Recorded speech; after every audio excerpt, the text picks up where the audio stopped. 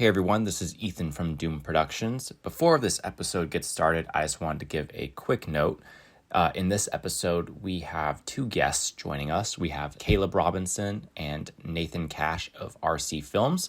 They came down to visit us over the weekend to shoot a movie for the Oscars, for the Joel Haver Oscar Movie Challenge, and we also recorded 2 episodes of our podcast. But unfortunately, the first episode we recorded got lost, so we re-recorded it. But what you're about to listen to is actually the second episode we recorded. So it's a little confusing, but all that to say is there will be 2 episodes coming out. This one was technically supposed to be the last episode, but now it's the first. So if anything sounds weird or we don't go over, don't worry. We will go over in more detail certain things in the later episode. So all that being said, please enjoy this amazing interview of Caleb Robinson and Nathan Cash.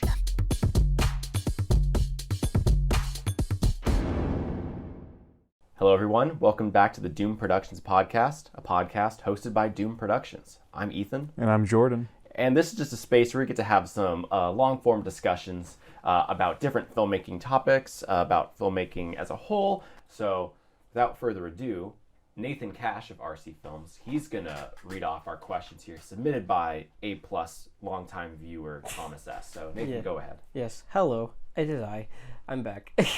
So we actually have 2 questions today.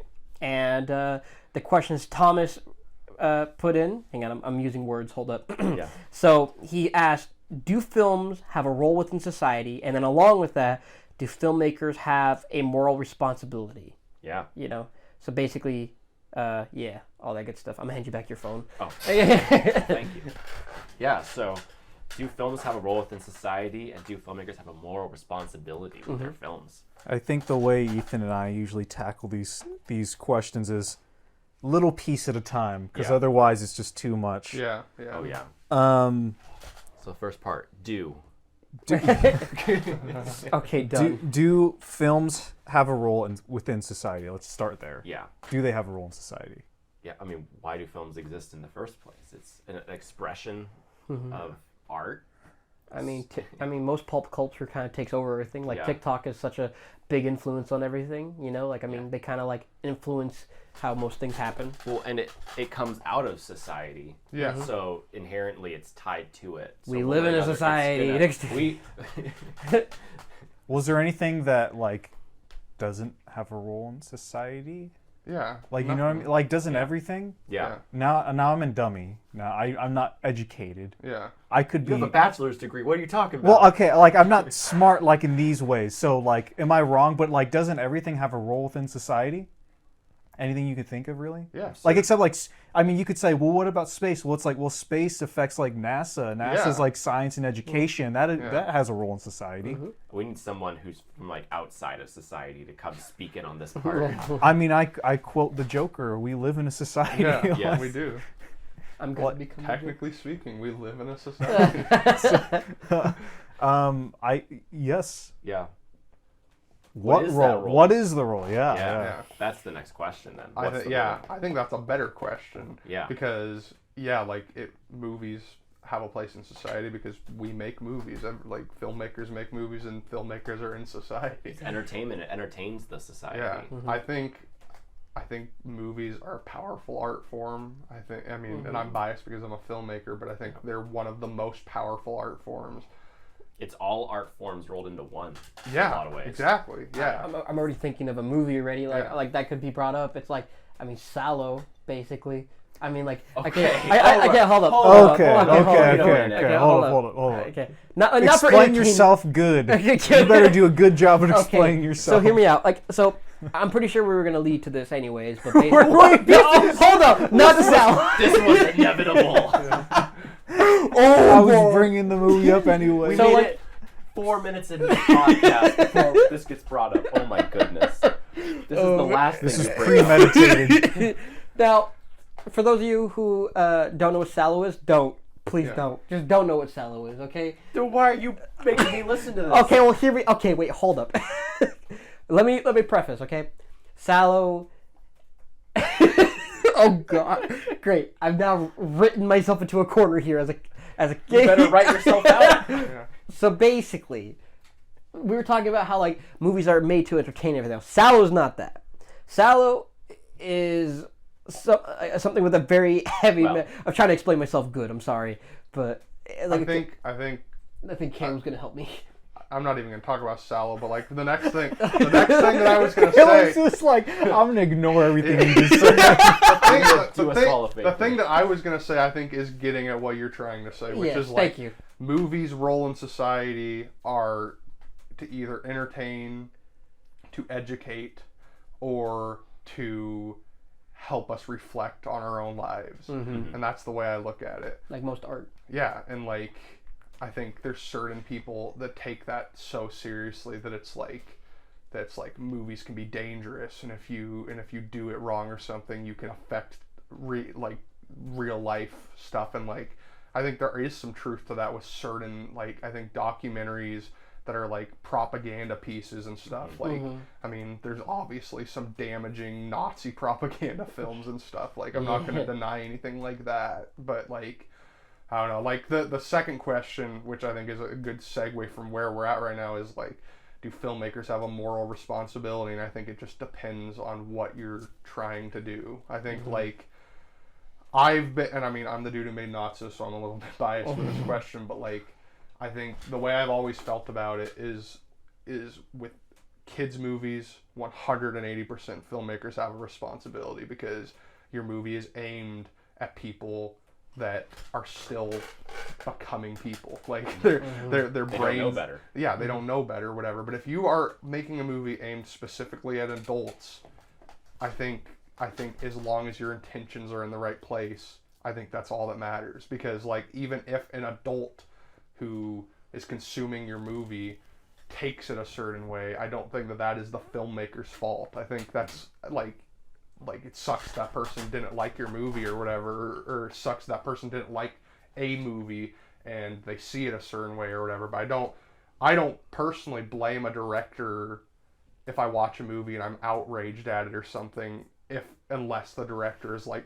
intentionally like trying to like put ideas stir the pot with their movie or whatever. But I don't know. I think if you're an adult and you're able to take in a piece of art with a fully formed brain, I think it's a different thing. Yeah. Like, what about when lots of kids or teenagers are watching content that is aimed at adults? Not to get political and shit. I think that's on the parents. That's how I've always felt. Like there was that whole thing earlier this year where like Dare was really outraged about Euphoria or whatever, because it's a bunch of teenagers doing drugs and like ruining their lives or whatever, but it's like they're all played by adults. They're adults playing teenagers. It's a show for adults, and it's like, the way I feel about that is like, yes, if a kid is watching Euphoria, that's damaging, but it's not, like, kids aren't supposed to be watching Euphoria, so it's like, it's kind of an oxymoron. It's like, I don't think that show is a damaging show because it's not even made for the people that it would be damaging. Like, yeah, exactly. I think it actually is the opposite of that for its intended audience. It's like, it's a show that like depicts the worst parts of addiction and stuff, and like, as an audience member, it makes me not want to go do those things. Like, I see these characters in like the worst spots possible, and it's like, yeah, I think I'm good not going and doing meth in the back of a car. If only Spider-Man was there to stop. Yeah, it's like, and like that. I think that's actually a good analogy for what I was trying to say. Like if Euphoria was aimed at kids, yeah, fuck that show. That's sorry, I didn't mean to say the F word. But like, yeah, screw that. That's terrible. If that show is made for kids, then yeah, that is like an unethical thing to do, to make that show for kids. But it's a TV mature show on HBO, a like network specifically made for adults. Like, it's not. Yeah, I don't know. Sure. Throw in more nuance in there. This way we consume media has gotten so just democratized, and it's so easy and accessible, right? Yeah.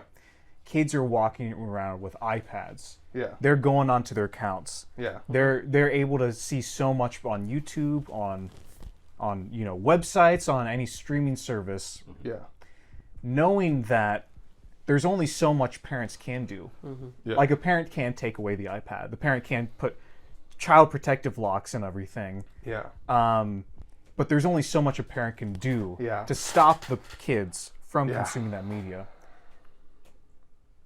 So let's say knowing that there's only so much a parent can do. Yeah. And continuing to put stuff out there that they know kids are watching. Kids. I work at an elementary school. Yeah. Kids were watching Squid Games. Yeah. Everybody in high schools, all of those kids are watching Euphoria. Is that you stand by that answer? With the knowledge of, okay, the parents can only do so much. Yeah. We can't realistically. We know that kids are either going to pirate it or find a way to watch it, regardless of what their parents say. Yeah. Do they have a responsibility then? I would still say it is the parents' responsibility to deal with the aftermath of it. I think I still would not put that responsibility on the creators of the thing. I would say, like, yes, you are 100% correct that, like, it's so much harder in 2022 to protect your children from that type of content, 100%. But I also think from what I've seen in 2022, there's a lot of parents that are less involved in their kids' lives and stuff, and I think like, if that's the case and it's like my kid is gonna watch Euphoria regardless, I think like there's a space where it's like, okay, then I'm gonna have a conversation with them about this show and like make sure that they are aware of what the show is actually saying, because like I think that's where I would head with it. And it's like it sucks that like it's at that place right now, but I also I think it's like it's between like stop making stuff like Euphoria, which I think shows like Euphoria should be able to exist or whatever, or just find a way to make your children more aware of like the separation between art and reality. And it's like, well, what if it's not so much as stop making it? Yeah. Would you think interviews of the cast and crew saying this is our intention of the thing and putting that out there, like first and front and center? Potentially, yeah. I mean, that's what they did with 13 Reasons Why or whatever, when that show started to like when like it became like TikTok trends glorifying suicide and stuff. They started like opening the show with like a hotline. Well, they did that I think in general, but they also added like the creators of the show at the beginning, like when you would boot it up on Netflix, like a little bumper. Yeah, bumper where they would like start off right off the gate. This show covers heavy themes or whatever, and like we want to start a conversation, not glorify suicide, or like, so they're making their intentions clear before the show has even begun or whatever. And like part of me, that part it hurts me. Part of that hurts me because I like shows to have the nuance of like, I don't need the but like it's important if kids are watching 13 Reasons Why. That is like, I understand completely, and I think that's the right move. Like, but yeah, I mean, it is more nuanced than just like it's all on the parents. But I also don't think it's on the filmmakers. I think art has to be a safe space for artists to be able to explore whatever they want to explore within the realm of not hurting anybody and not breaking the law, and like, you know. What about? Don't mind me. Bless you. What about artists should be able to create whatever they want? Yes. Should they have the right to distribute whatever they want? In the name of art. I think they should. For example. Yeah, give me an example. Sorry. Bless you. As they say in It's Always Sunny, Uncle Jack. Yeah. Tasteful photos of younger of children, pretty much. Yes. In not being or enclosed which is what Uncle Jack says. Yes. The implication being it's pedophilia. Yeah. That, I mean, in my mind, that's in that realm of like, I mean, if it's, because you're saying like if someone were to make tasteful, non-predatory pictures like that, do they like? Is it their responsibility to like distribute it a certain way so that the creeps don't get a hold of it or whatever?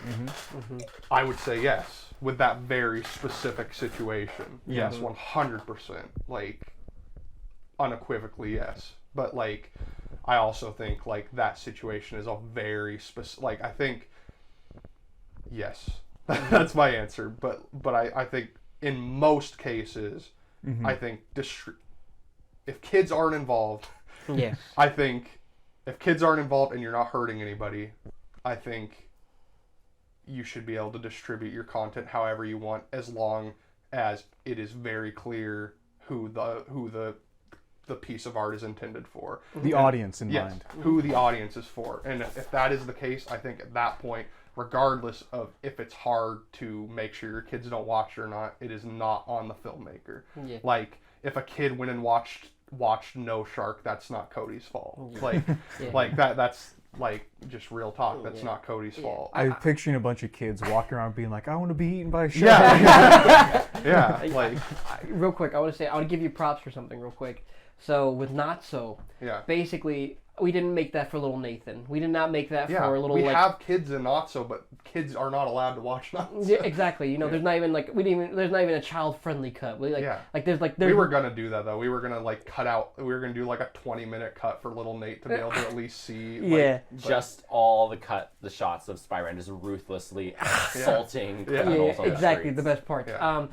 But basically something I will say is that you do have the age gate on the actual like video. And that's very important for us. We do that for some reason. We did. I think Oh Brother has the restriction. Yeah. American Sleepover did have it for a while.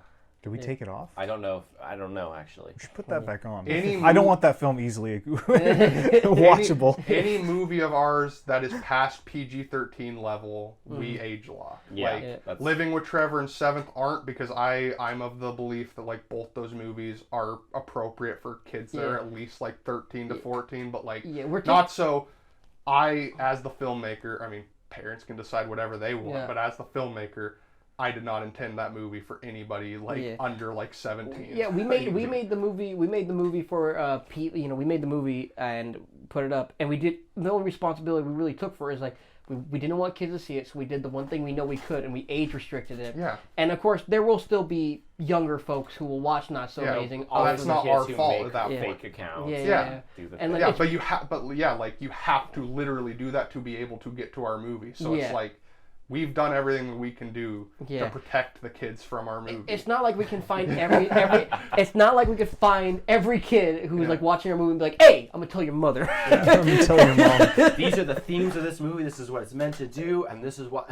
Have a little sit down. Like we'll go to California to talk to this kid's mom right now. And be like, listen, stop watching Not So Amazing. And that is, and like that. This is a whole nother can of worms that we probably shouldn't open all the way. But that is like one of the things that movie theaters do significantly better than streaming and everything. Then there is like an actual gate keeping kids away from those movies. Like a kid cannot go to a like. And then with that being said, a parent has to physically take their kid to the movie that they are approving their kid to watch. With that being said, I have to tell a story now. I watched Deadpool at the age of 15. So basically, did you sneak in? Yes. Wait, how old are you? Basically, I'm 20. You're 21. 21. But yes, but I forgot. You and I are the same. We always forget our age. When did Deadpool come out? Was it 2013? 2016. So I was 16 actually. So I was under 18. Yeah. I mean, same here. In all honesty. Yeah. So basically, but I broke the rules to do it. But you see, we found a loophole. With the movie theaters in Yakima, and like so, there's two loopholes, and I can't give them away because I know people. I will have to give one of them away. Okay. But the first one is basically we found a way to get a ticket scanned, and then we could just walk right through, and we acted like nothing happened, and then we went to go see Deadpool. I did the same thing. Yes. The second thing you can do is just buy a ticket for La La Land, or like, oh man, give money to a smaller movie that actually needs your money. Yeah, turning turning red, and then you walk right to The Conjuring. It's like, that's kind of how that works. That only worked back when they didn't reserve seats. Yeah, and also Yakima's a very specific thing because Yakima theaters kind of suck. So it's like we're a very small we're a small chain owned by one rich family in Yakima, and they don't care about stuff like that. But like if you were, but in 2016, if you were to go to an AMC or a Cinemark, it would be a way more like it would be like planning a heist to get into Deadpool. Okay, that would be a great movie. Yeah, that's actually okay. You guys can have like kids trying to plan a way to get into a rated R movie. That would be a fun kids movie, like kids like a bunch of middle schoolers trying to sneak like 8th graders. I love the idea they try to sneak in, they watch the movie, like finally we become men, and then they like watch the movie and just get traumatized. We're creating magic here, folks. Yeah. This is like Tusk, Kevin Smith pitching, or whoever pitched that idea on that podcast, and then the movie happened. 2 years from now, we're all going to look back on this podcast and be like, that's the origin story for this movie that happened. Yes. What about kids, leaving aside the kids issue, what about like something like the glorification of violence, as Thomas says? I still think... What's the responsibility of the filmmakers? I think... I always go back to this, but I think glorification of violence is subjective, because there's a lot of times where I see people like that movie, like I think the Snyder movies are actually a great example of that, where like people there's a lot of people that claim Snyder movies glorify things that I don't feel they do at all or whatever. So I think that falls into that realm of like complete subjectivity where it's like whatever. But I also like still like I think one of the most valuable things about art that can be used in a really healthy therapeutic way is like I think this is why Grand Theft Auto 5, like this is a video game, but I think that's why I don't have a problem with that game whatsoever, because it's like to pretend like human beings do not have a dark part of their brain that is inherently fucked up is, in my opinion, just wrong. Like human beings have that, and the good people in the world are able to suppress that or use it in a healthy way through art or through video games or I'm not going to go, I'm having a really rough day, I'm not going to go shoot up a bank, but I can go in GTA 5 and do that to like a bunch of codes in a computer or whatever and hurt literally nobody. And that's the way I look at art, is like if someone... Sometimes that's just the way people express themselves in their art. Like Tarantino, I think Tarantino does glorify violence, but I don't have a problem with it because it's like nobody got hurt in the process of making those movies. It's just an expression of art. It's like Tarantino didn't make Kill Bill to tell you like, hey, you should go grab a samurai sword and do this because it's fucking awesome. Like, well, we did it not so. Have you seen that interview with Tarantino? And yes, because it's fun. Newscaster. Yeah, because it's fun, Jan. Yeah, and I kind of agree. Like, I actually agree with that Tarantino interview though. Like, I think it's like if you bring your kid to Kill Bill, that's not on Tarantino. Tarantino was intending that for adults that know that what you're watching is completely fictional and fake and is not a PSA telling you should go do what's in the movie. Like, I don't know. Yeah. The Batman isn't telling you that you should go dress up like a bat and beat the living hell out of everybody. Like, it's... But Not So Amazing is. Yeah. Stop. No joke. We're past we were finally past all the hate mail, guys. Well, I finally got through the last one. I do think you guys have an interesting perspective on the whole thing, because Not So Amazing did have a huge, I mean, I don't know the right words, critical backlash, morally and ethically against the movie. Yeah. Talk a little about your perspective on that. Caleb's gonna take this over. Yeah, I mean, and that whole the whole project. Yeah. I mean, I've talked about this before, but like, with the Not So stuff, I can only speak to what my intentions were with that movie, and in my opinion, which is the completely subjective opinion of the person who made the movie, I think the things that I tried to do come across in the movie, but for certain people they didn't. I don't think it's my fault if someone watches Not So and feels the movie is like pushing racist stereotypes or whatever, because what I was trying to do is use those completely messed up false stereotypes of like everything. This is something that nobody talks about with Not So. Nathan and I talk about this all the time. Like every single character in Not So is a stereotype. It's not just Tyrell. Every single person is a stereotype who grows out of their stereotype. And just to clarify for anyone who doesn't know, yeah. the issue people took where there were Black and Latino characters, right, who they felt were portrayed as racist stereotypes. Yes, exactly. So and I made those creative choices completely intentionally because by the end of the movie, we use those things to create arcs for all those characters that are about pre assumptions of people. And like I don't know, Sam is raised poorly by his racially insensitive or just flat out racist grandpa, and he grows out of that by the end of the movie.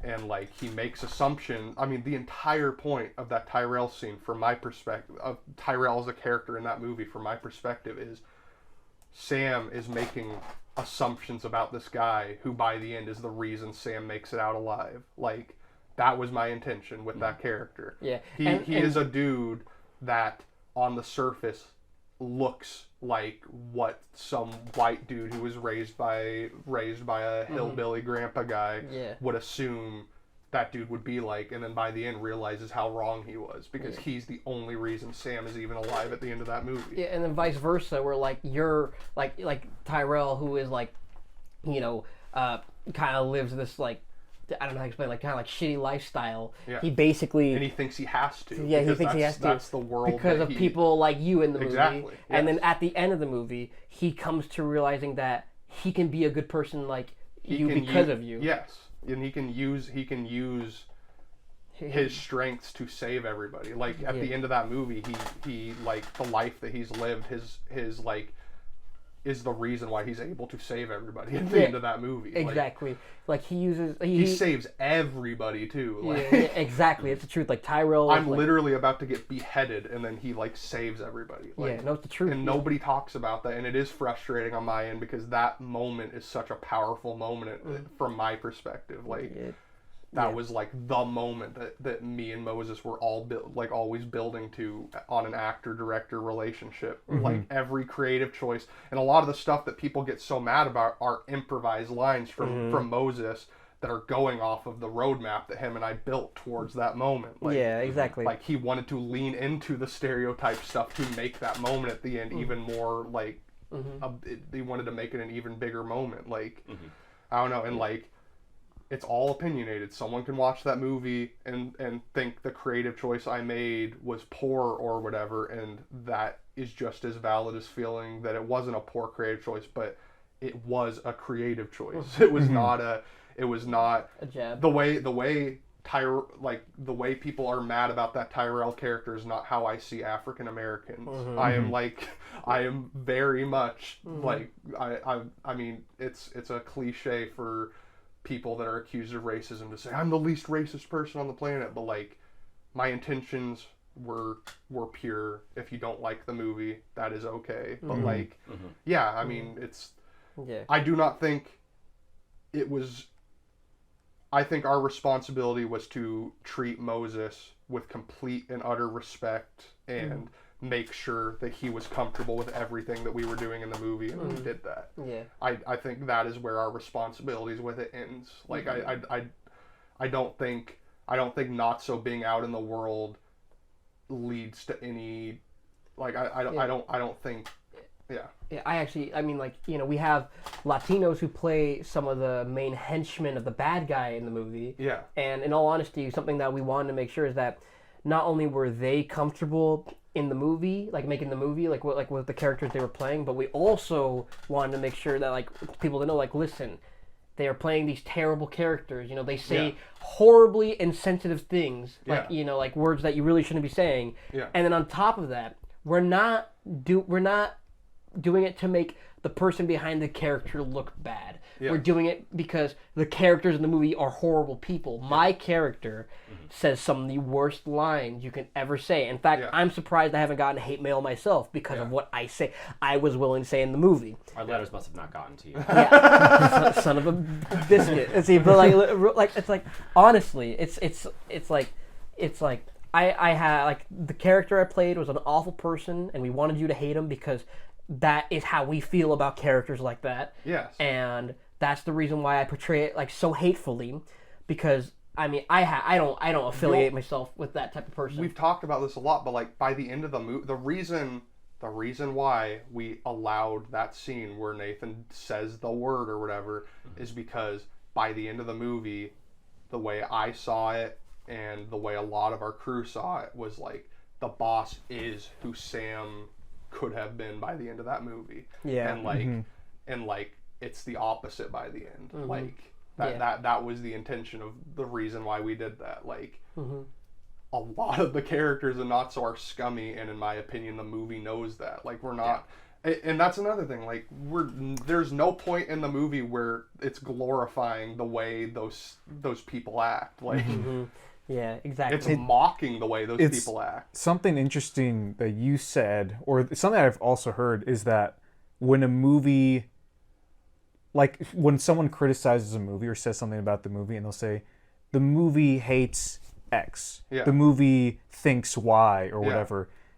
And to me, that always struck me as weird because the movie is it's not a person. Yeah, no. Like the movie is a work of art, which you take in, and you experience. You have whatever your own relationship with it. But when like people would, if you dismiss a movie saying, "Oh, the movie's,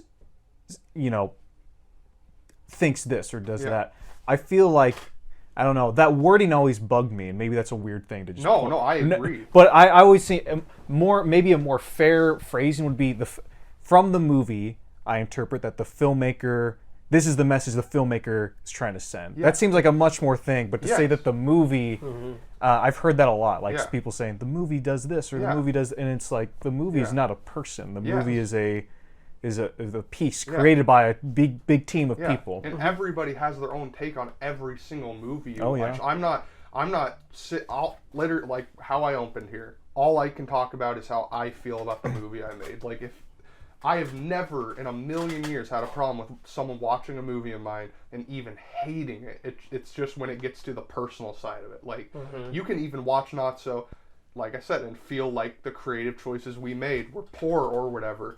But you can talk to us about it, and we will tell you what we were trying to do. Whether you think it worked or not is fine. Like, if you disagree that it worked, that's fine. But like, you don't get to message us. You don't get to message Moses and tell this African American man that he's a disgrace to his culture because that's racist. Yeah, that's not okay. You've officially like crossed the line between art and reality at that point, and like, feel however you want about our movie, but understand who we actually are as people. Like, exactly. Creative choices can be messy sometimes. When you're making movies, you're trying a million things, and sometimes creative choices don't work for everybody. It's thinking about other kind of movies where your intentions, we know the intentions behind Not So because we're sitting down with the creators here.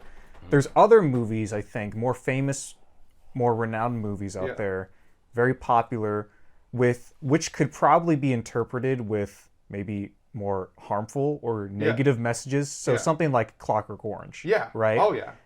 There is a reading of that movie where you look at it and you can interpret that it glorifies everything that Malcolm McDowell's character does. By the end of the movie, it's kind of this celebration of what he's done. I mean, that's not how I interpret it. But you can look at it that way. You could look at it that way.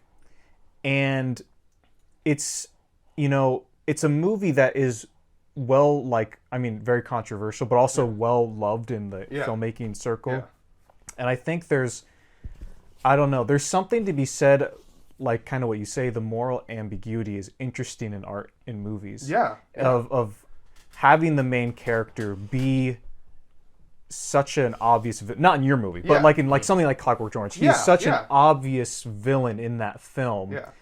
And the kind of interesting subjects it's able to talk about, you wouldn't be able to talk about those things. Like, that's an interesting take. Yeah. Like, that character. Yeah, you're showing something that like most movies wouldn't show you, and like I've not shied away from the fact that Sam is not a good person for most of that movie and isn't intended to be seen as a good person for most of that movie. He is a slacker, asshole, pretty like judgmental person or whatever, and by the end grows out of those like harmful stereotypes. Like he is the stereotypical farmer kid that was like raised by a grandpa who like who's stuck in the 40s, like and like he grows out of that by the end of the movie, and I don't think for every movie it's needed, but like for certain movies I think it's interesting to have a character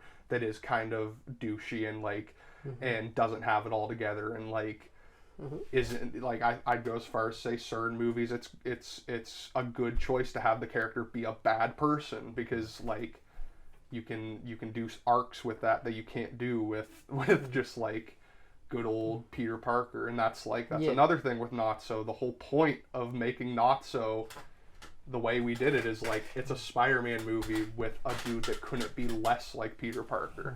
That is the entire like hook of that movie. Is it's a dude in a Spider-Man suit running around beating people with a club because he wants the clout. Like it couldn't be farther away from who Peter Parker is. The truth. And yeah. Yes. We tried to push that as far as we could, and for some people it was too much. Like yes. Should movies have clean morals in terms of the movie itself? If the movie were to have a clear message, should they always be, positive things, like, for instance, like be kind to people and this is the right thing to do and here's how you should live your life. Should movies be made like that? Because there are people who think so. There's people who disagree. There's people who think so. What's your take on it? Depends on the movie.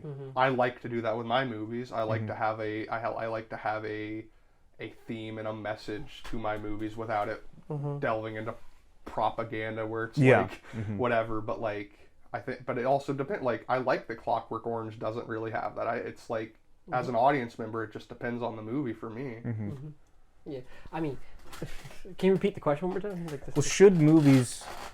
some people think that a movie should be kind of like morally clean. Its message should be morally clean. Like by depicting this, you are saying this, and that kind of, I guess, follow the rules isn't the right thing, but again, kind of like Caleb said, like here's a positive message that people should take away from the movie. If the movie doesn't have that,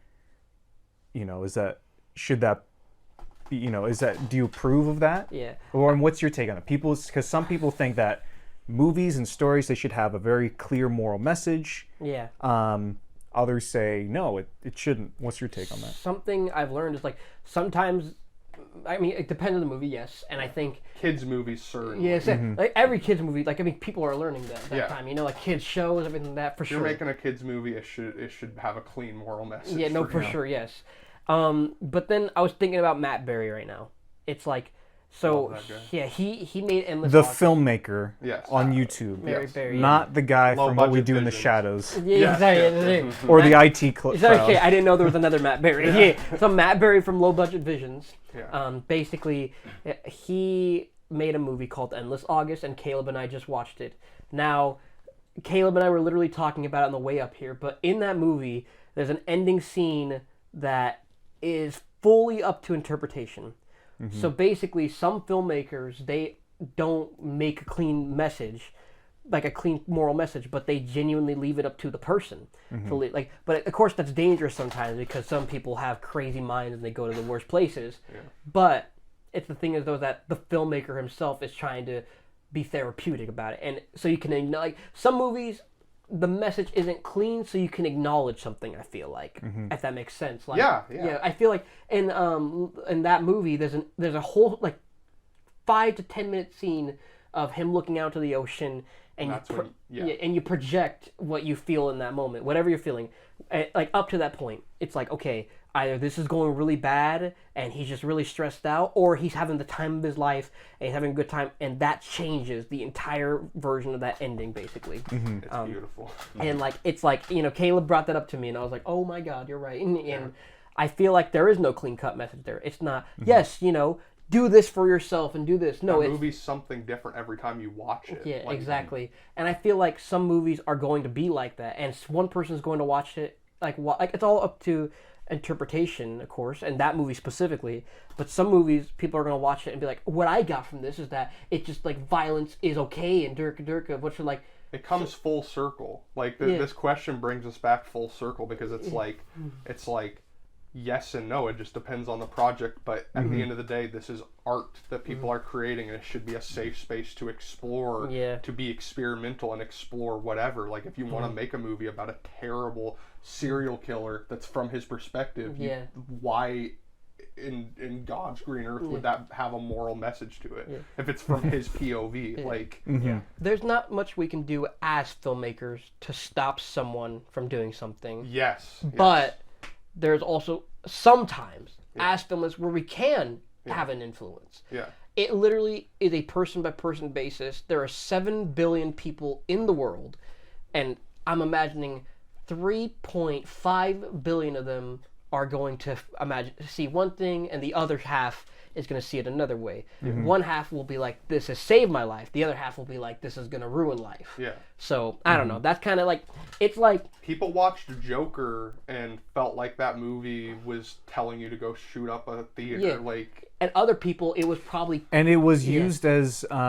in the Hong Kong riots, people dressed up as the Joker because they felt it was a good symbol to fight against, you know, their oppressors too, which was a very different reading of that movie. Yeah, it's not the filmmaker's fault for that reason because he did not say, I'm going to make this movie and then somewhere in Hong Kong there's going to be one guy who's going to dress up as Joaquin Phoenix's Joker and then just go riot. Like that was not the intention. As long as that was not the filmmaker's intention, then like they that's not their responsibility. Like if someone started dressing up as Spider-Man and actually beating people up, I would be the first one to say, nope, you are literally a terrible person. What are you doing? Yes, like, exactly. Yes. It's all about intentions in my mind. As long as you're in good hands in the sense that the person making the movie isn't a bad person and is trying their best to just tell a story, even if within the art it's not going to have some devotion about something about life, like as long as the person's intentions were just to make a piece of art, and I think that's where I'm at with it. I think art should be a safe space to explore anything as long as you are not hurting anybody. And the second you apply rules to art, people's first thing they're going to do is break those rules. Exactly. So if there were clear morals as the standard for film, the first thing that filmmakers have to play with now is, well, what if I take that away? Yeah. So it's that idea I feel like is just an impossible battle, because the whole point of art is to break the rules that art enforces. And if you apply too many rules to art, it becomes meaningless to me too. Like if I'm making a movie and it's like, okay, I can't say this, and the laundry list just every year keeps getting bigger and bigger and bigger to the point where it's like, I can use 5 words in this whole movie. It's like, and then someone else is controlling your art. It's not your art. It is. Exactly. It is fabricated and completely manufactured. I have a thought. The filmmakers can't carry the world on their shoulders because, I mean, there's only so much as a person you can do. As a person, you can go out, you can pick up trash, you can say nice things to people, you can feed the homeless. You can be doing your 100% every day to help everyone. You aren't going to save the world, but you're going to save a small piece of it. Yeah. You're going to affect a small piece of it. Now, let's flip it on its side. You're a racist piece of crap. Yeah. You walk out, and every single person you see, you find every slur in the book. You're an awful person. You punch babies for a living. You pop balloons. What does that pay? Yeah. Is that a good living? Yeah. Is that salary? Is that good benefits? Yeah. You get full dental. Yeah. Oh God. You're That's bashing. specific. You're bashing cars. You're spitting on dogs. It's like you're just doing everything in the book to be an awful person. Yeah. You're still gonna make a small impact in the world, but you're not killing the world. Yeah. So basically, the best way to look at it as a filmmaker, you can put everything all you're into a movie. Someone who's evil as a filmmaker, the intentions is, I want to make propaganda. Yeah. Don't get me wrong. Some people, let's say the worst case scenario does happen, and it becomes the size of a Joker movie, and people love it. But the thing is, though, that there's still people out there who won't follow that, and there's people out there who will follow that. It's like, it literally is going to be a person-by-person basis. And here's the thing, though, at the end of the day... It's Murphy's Law. Yeah. It's like, whatever's going to happen is going to happen regardless. Yeah, and not only that, the thing is, too, with that is that I feel like it's just... With that being said, if one person can't change the world, they can't destroy the world. But multiple people can, yes. Mm-hmm. But only, like, there's multiple people that make a movie, but at the same time, we won't, like, the four of us, we're definitely well known in the community of folk filmmakers, and we make bigger movies than a lot of people know us, but we're not gonna, people aren't just gonna uprise and become Spider-Man. People aren't gonna go look for people in videotapes. It's like, that's and not. If they did, it would not be their, like, our fault. Yeah, because like we didn't make the movie for them to do that. We made the movie because we wanted to tell interesting stories and express ourselves in interesting ways because we had interesting ideas. But if the idea was that I really want someone to become a serial killer, then we would. Or in our case, I really want, like, because like the main criticism that we got was like, hey, this is just gonna give power to those crazy conservatives that like hate black people or whatever, and it's like we were not making a movie to give like white supremacist reasons to hate black people. Like, if that's what you got from our movie, I want to, like, apologize, because, like, that's like the farthest thing from what, like, it's the truth. It's the truth. Yes. Well, when it comes to filmmakers, one kind of more thing I'll throw out there is, what do you think about? So obviously, I feel like we're all on a similar page where all of us individually, I feel like we feel some responsibility, but not an overwhelming amount of responsibilities for our films and our audience. Yeah. Now, what about someone like Steven Spielberg or Tarantino, like the biggest filmmakers in the world? What do they have responsibility?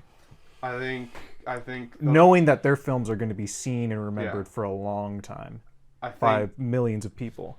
I feel basically the same way, but having that many people see your movie, I think you just have to make it even clearer who your audience is. Like, that's the only difference I see, though. Like, you have to make it crystal clear who the movie's intended for. Yeah. I saw there's a couple of interesting Hayao Miyazaki docs out there. I saw one where he was talking about. Have you guys seen Porco Rosso? Not yet. So that's one of his earlier movies, and that's like a pretty fondly remembered movie. And he, in this documentary, he was like, "I don't know what I was doing with Porco Rosso. That was irresponsible of me." And the interviewer was like, "Why was that?" And he's like, "Well, because it wasn't a kid's film, and I made it for kids," or something like that. Which kind of goes along with what you've been saying, which I thought that always stuck with me. With like, at the time, in retrospect, he looks back at that work and he was like, "Oh my goodness, that was." Morally, ethically, philosophically, or whatever, I messed up with that movie. Yeah. For like the audience, because it was presented as a children's film. Yeah. And it's not a kid's film or something like that. Yeah. Which is pretty interesting. Yeah. Yeah.